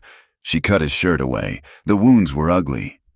One on his shoulder was a clean hole, the bullet having passed through. The other, in his side, just above his hip, was a dark, bubbling mess. He was bleeding. He was bleeding to death, right in front of her. She worked. She did not know what she was doing, but she remembered him. She remembered the practical, gentle way he had cleaned her wounds. She poured the raw whiskey into the hole in his side. He did not even flinch. She packed it with linen, her hands soaked, slipping in his blood. She did this for an hour, cleaning, bandaging, pressing, trying to stanch the flow. And all the while, she wept. They were not the loud, desperate sobs of her breakdown. They were quiet, angry, hot tears of regret that dried on her cheeks in the afternoon heat. She was washing the blood from his chest, blood he had shed for her, and she was whispering, over and over, "I'm sorry, Silas, I'm sorry. Please don't die. I'm sorry." She managed to get him inside at dusk. He had stirred, a low groan, and with that small, animal sign of life, she found a new, superhuman strength. She got him to his feet, or at least one foot, and half dragged, half carried him into the cabin, onto his cot. It broke her back, but she did it. For 2 days, he did not wake. He was in a deep, dark fever. She did not sleep. She sat in a chair, the one he had built, her hand on his or on his forehead, bathing him, forcing sips of water between his cracked lips. She milked the cow and drank the milk herself, just to keep her own strength up. She did not leave his side. She held his hand, the large, scarred hand that had taught her to shoot, and she prayed to a god she had abandoned. On the morning of the herd day, his fever broke. The sweat, which had been hot and dry, was now cool. His breathing, which had been shallow, was now deep. He woke slowly. The first thing he saw was the ceiling, the familiar, rough-hewn beams of his own cabin. He was alive. The second thing he felt was a hand, small and warm. Holding his... He turned his head. It was an agony, his muscles screaming. Eliza was there. She was asleep in the chair, her head resting on her arm on the edge of his cot. her hand laced with his. She was pale, exhausted, with dark circles under her eyes. She looked beautiful. He squeezed her hand, a weak, faint pressure. Her eyes flew open. They stared at each other for a long, silent moment. Her eyes filled with tears, but she did not cry. "Silas," she whispered. It was a prayer. "Eliza," he rasped, his throat like sandpaper. You're safe." That broke her. She pulled her hand away, as if his touch burned her, and she stood up, backing away, her face a mask of shame. "No," she whispered, her voice shaking. Don't say that." "What?" He tried to sit up, but a bolt of white-hot fire from his side sent him back down, gasping. "I didn't mean them," she said, the words tumbling out, desperate, frantic. "The words I said when you asked me, I didn't mean them, not about you." He was confused, his mind still thick with fever and pain. What words? That I would rather die." She choked on the word. I was so afraid. Not of you. I was never afraid of you. I was afraid of the judge, of the chain, of the idea, and you offered me a paper, a ring, and I saw a cage, and I hurt you." She was pacing, her hands twisting in front of her. "I didn't mean it. Silas, I didn't. What I meant was, I'm afraid." She stopped, turning to face him. Her eyes were raw with a terrifying, honest vulnerability. "I'm afraid of needing someone again," she whispered, the words costing her everything. "I'm afraid of being weak. I'm afraid of trusting someone and having them leave or having them see me as a thing." She took a breath. "And most of all, I'm afraid of needing you. Because I do need you, Silas, and it terrifies me." He watched her, his own pain forgotten. He saw the truth. He saw the woman who had been so broken. She could not tell the difference between a cage and a shelter. He lifted his hand, the one that wasn't holding his side. It was an invitation. She walked to him, slowly, and took it. She sat on the edge of the cot, her gaze fixed on his. He was weak. His voice was a rasp, but his words were the strongest things in the world. "I don't want to own you, Eliza," he said, his thumb brushing the back of her hand. "I never did. I don't want a wife that belongs to me. I don't want property." He took a ragged breath, the wound in his side aching. "I want to walk beside you," he said. "That's all. I want to walk beside you." She looked at his face, at the new lines of pain, at the old lines of loneliness. And she saw the truth. It was not a lie. It was not a trick. It was a vow. She leaned down, slowly, giving him every chance to turn away. And she kissed him. It was not the desperate, hungry kiss of the hills. It was not the fearful, failed kiss of the cabin. It was a kiss of aching tenderness. It tasted of salt from her tears and fever from him. It was a kiss of gratitude, of apology, and of a deep, profound, and finally, safe relief. It was a promise. He kissed her back, his hand coming up to cup the back of her head, his fingers weak, but his intent clear. "You are home. I am here." When they broke the kiss, she laid her head on his good shoulder, her tears finally coming, soaking the rough blanket, and he just held her, his hand in her hair, his eyes closed. That night, they made love. It was not a decision. It was a returning. He was stronger. The fever had passed, though his wounds were still raw. He woke in the middle of the night, the moon painting the cabin in silver, and she was awake beside him, just watching him breathe. He touched her face. She turned and kissed his palm. There was no desperation. There was no fear. He undid the buttons of her blouse, the ones she had fumbled with in the hills, and his hands were slow, reverent. She, in turn, was tender, her touch light on his bandaged side, her kisses tracing the scars on his chest, the old one and the new ones. It was a slow, emotional, and quiet act. It was not about passion. It was about trust. It was about two bodies, two souls, finally finding a place to rest, to heal, to be safe. It was, in the quiet of the night, a true and final consummation. Days later, when Silas was able to sit on the porch, his face pale but his eyes clear, Eliza made a fire, not in the cabin, in the yard. She took the bounty poster, the one she had hidden away, the one that had haunted her. She looked at it, at the crude drawing, at the words property and dead or alive. Never again, she whispered. She dropped it into the flames. She watched the likeness of Eliza Wynne, the judge's possession, curl and blacken and turn to ash. The wind took the ashes and scattered them over the prairie.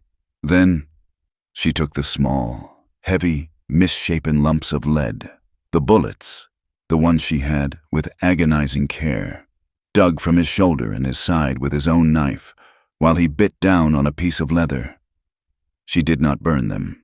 She walked, with Silas watching her, to the place where the ravine had ambushed them, where he had killed Harlan and Red.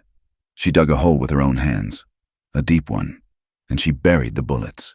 She put the violence, the debt, and the blood into the earth. She was not burying the dead. She was burying the past. Word spread, as it does in the high, lonely country. A rider, passing through from Helena, stopped at Guthrie's store in Willow Creek.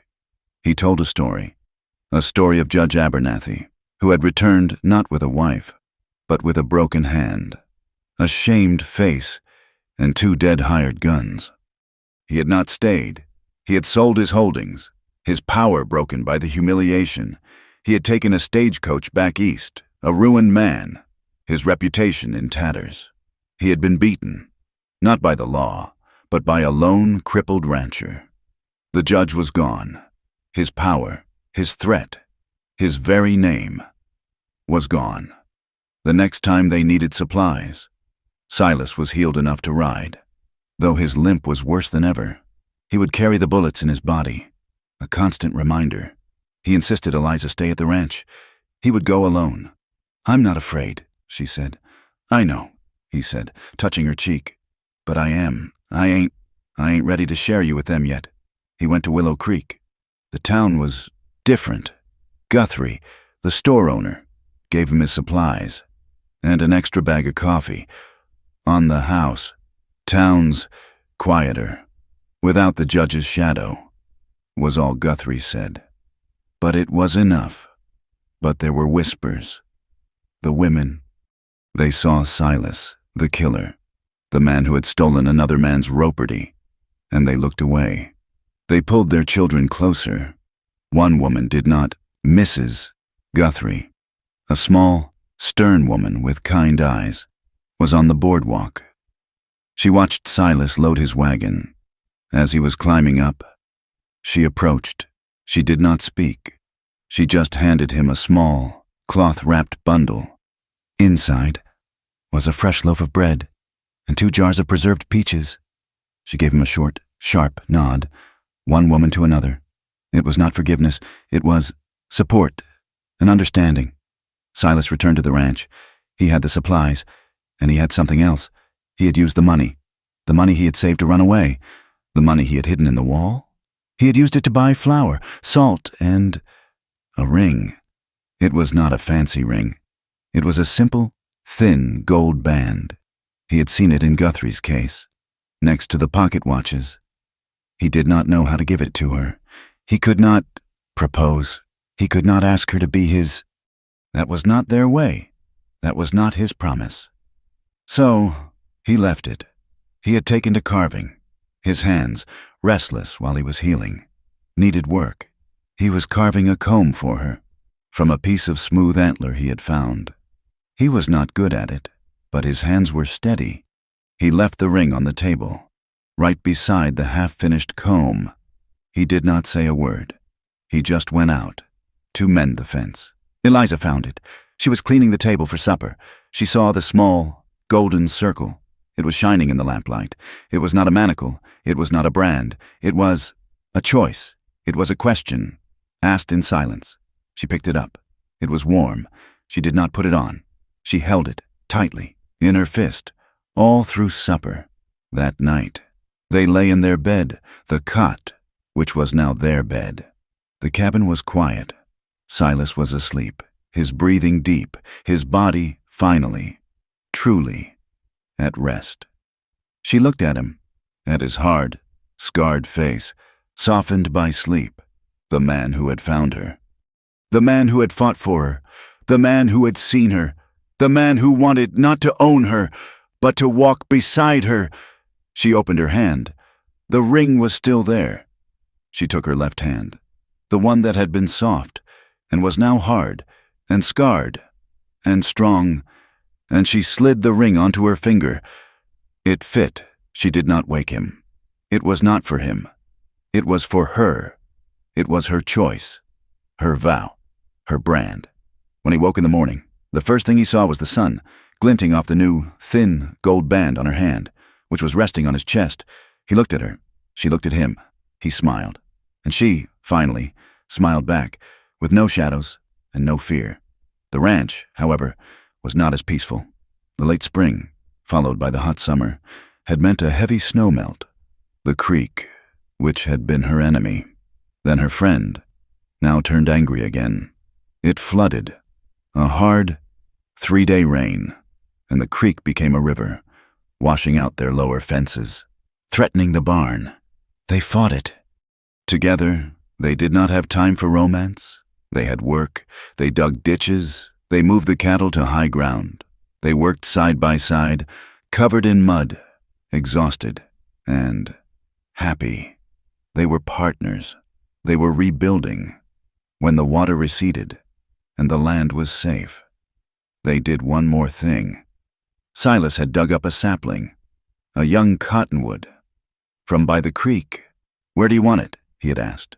She had shown him a spot just beside the house, where it would get the morning sun, a place where they could see it from the window.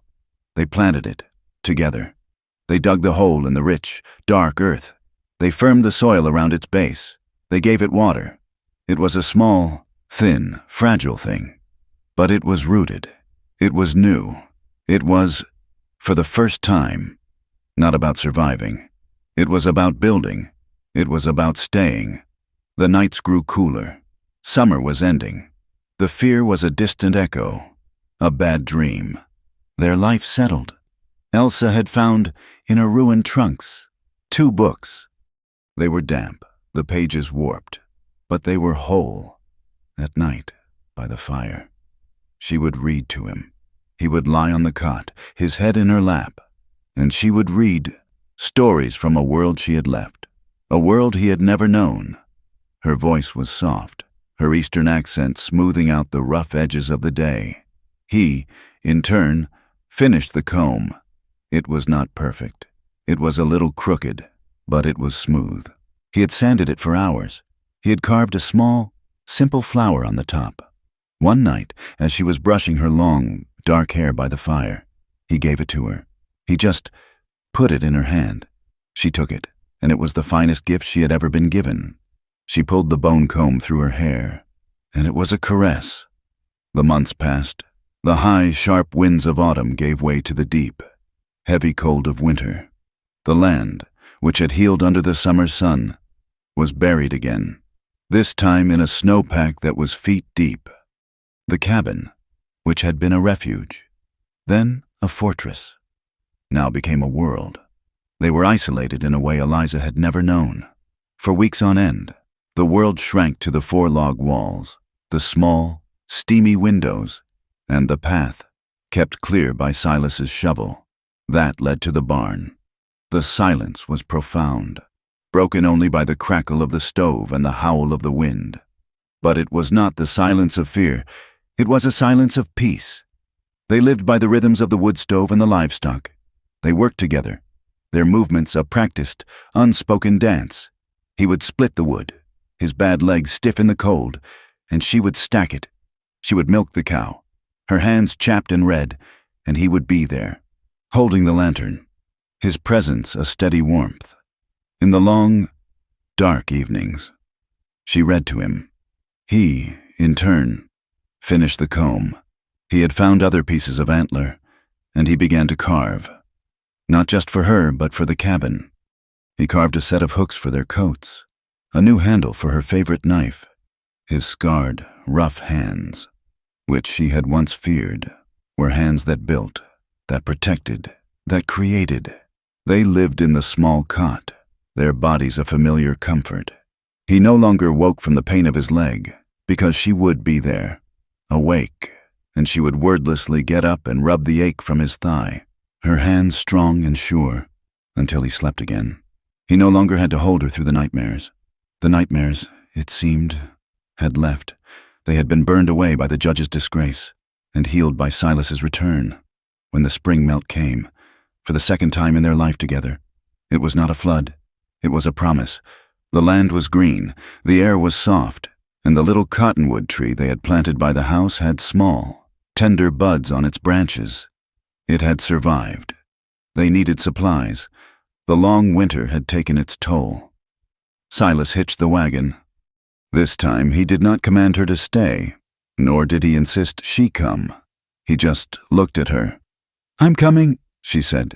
She wore her own dress, one she had mended, and her hair was tied back with the bone comb he had carved. On her hand, the thin gold band was a bright, steady light. Willow Creek had not changed. It was the same dusty, hard street. The same men loitered outside the saloon. The same women, in their dark bonnets, hurried along the boardwalk. When they pulled up to Guthrie's, the whispers began. They were not the whispers of greed, of the reward. They were the whispers of curiosity, of judgment. "That's him, Kincaid. The one who killed those men, and that's her, the judge's woman. Look at her, no shame at all." Silas stepped down from the wagon, his limp a heavy, familiar rhythm. He turned to help Eliza down. She shook her head. "No." She climbed down herself, her boots hitting the dusty street. She stood, for a moment, and looked at the town. She was not the terrified creature in a borrowed coat. She was a woman. She realized, home. She walked past Silas, her head held high, and into the store. Mr. Guthrie was behind the counter, as always. He looked up, and his eyes widened just a fraction when he saw her. "Ma'am," he said, with a respectful, if wary, nod. "Mr. Guthrie," Eliza said, and her voice was clear and steady. It did not shake. "We need flour, 50 pounds, and salt, and coffee. And I would like to see that bolt of blue calico you have on the shelf. The one in the back." Guthrie stared. Silas had come in behind her, but he was not speaking. He was standing by the door, his arms crossed, just watching. He was not her guard. He was her witness. "Yes, ma'am," Guthrie said, retrieving the flour. Two women who had been in the store were whispering by the pickle barrel. Eliza heard the word, ruined. Eliza turned. She did not glower. She did not challenge. She just looked at them, her gaze steady, her face calm. She looked at their judgment, and she did not flinch. There was nothing they could say that was worse than what she had lived. There was no pain they could inflict that was greater than the pain she had overcome. One of the women, a tall, thin woman in gray, met her eyes. She saw the gold ring. She saw the lack of fear. And she, the townswoman, was the first to look away. Eliza turned back to the counter, her small victory a quiet, warm thing in her chest. She paid Guthrie from a small leather pouch. It was Silas's pouch, but he had given it to her. "Our money," he had called it. They loaded the wagon. As they were about to leave, Mrs. Guthrie, the blacksmith's wife, came out onto the boardwalk. She was holding a small bundle. It was not peaches. This time, it was a bundle of small, dried herbs. For the cooking," the woman said, holding it out to Eliza. They keep the meat fresh." Eliza looked at the woman and saw the tentative, shy kindness in her eyes. It was an offering, an acceptance. She took the herbs. "Thank you," Eliza said. "That is very kind." The woman nodded and hurried away. They rode back to the ranch, the silence comfortable, the spring air full of the smell of sage. A week later, another rider came. This man was old, his back bent, his horse a sway-backed mare. He was a traveling preacher, making a circuit. He stopped, as all travelers did, for water and a hot meal, which Eliza provided. He was a kind man, with a booming voice, full of God's certainty. He ate with relish, and looked at them, at their small, clean cabin, at their shared life. He saw the ring on Eliza's hand. "It is a blessing," he said, wiping his beard, "to see a marriage in this godless land, a man and a woman, cleaving to one another. I am here, my children. If you have not had the Lord's word spoken over your union, I would be honored to perform the ceremony. There is no charge. It is God's work." He was offering them legitimacy. He was offering to make them proper. Eliza looked at Silas. He was sitting at the table, his face unreadable. He was leaving the choice to her. She turned back to the preacher, and she smiled. It was a gentle, kind smile. "That is a generous offer, sir," she said, her voice soft. "But we cannot accept." The preacher looked confused. "But, my dear woman, the ring. You are joined, are you not?" "We are," Eliza said.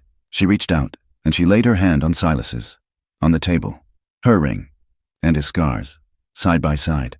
"We already made our vows," she said, her voice quiet, but full of a conviction the preacher's sermons could never match. "We made them in the snow. We made them in the mud. And we made them in blood. They were made in the way that matters." The preacher was stunned into silence. He did not understand what she meant, but he understood the finality. He saw the look that passed between them, a look of such deep, hard-won knowledge that it was a prayer all its own. I see," he said, though he did not. He finished his meal, offered a hurried blessing for the house, and rode on, eager to leave a place whose holiness he could not quite comprehend. The summer came, hot and dry. The ranch thrived.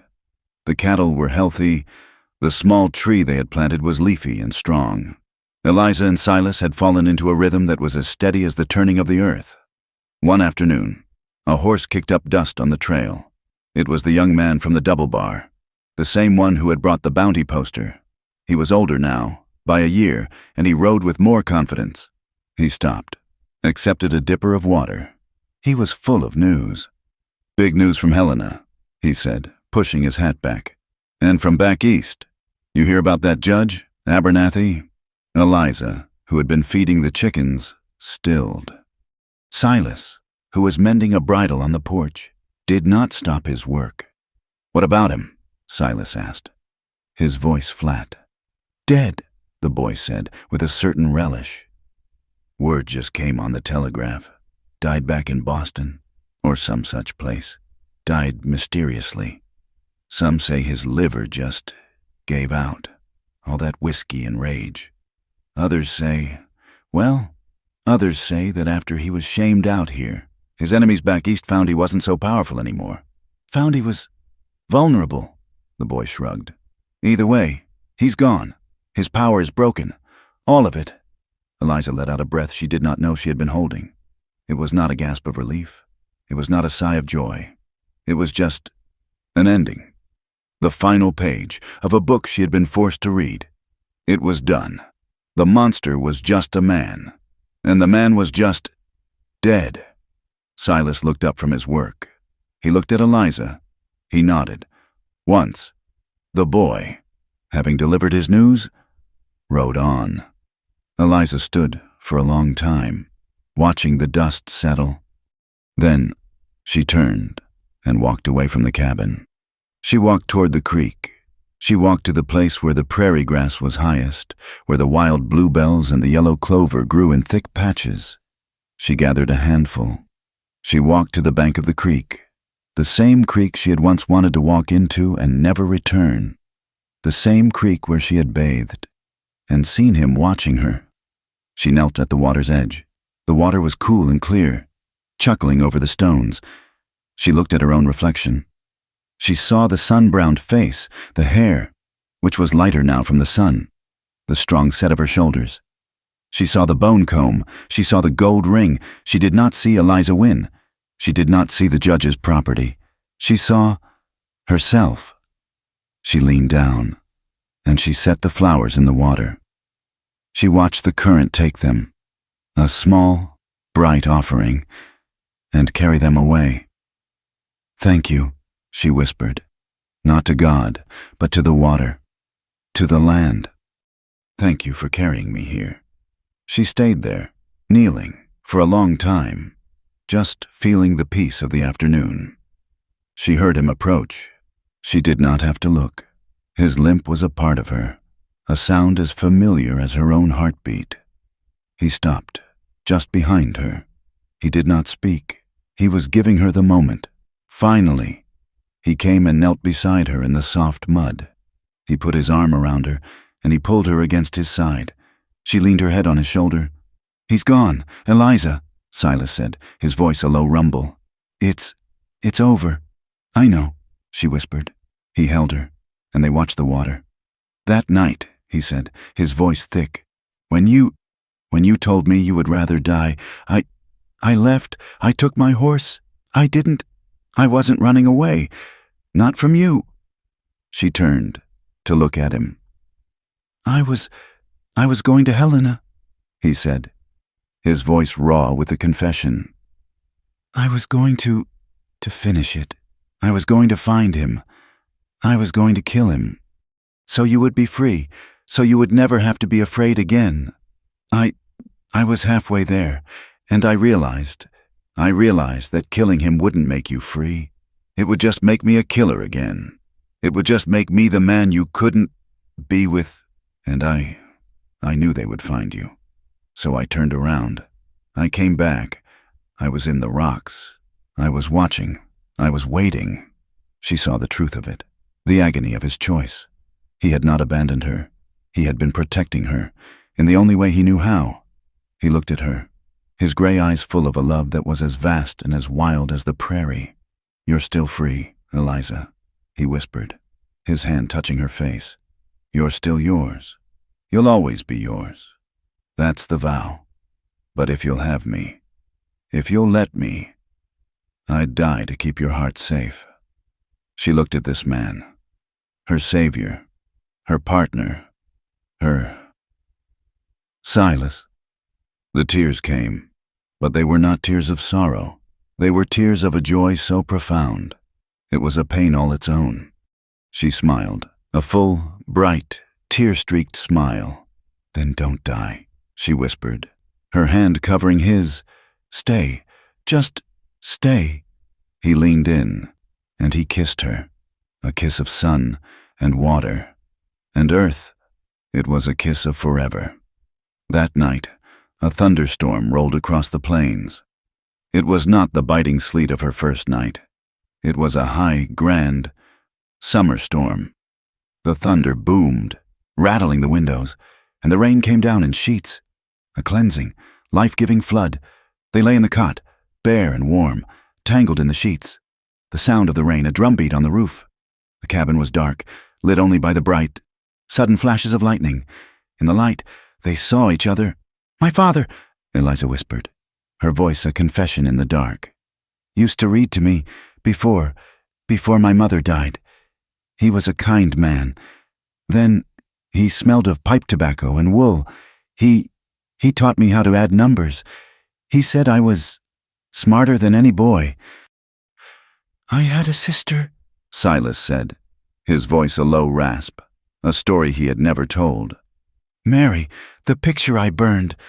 It was her. She married a man, like the judge. I was young.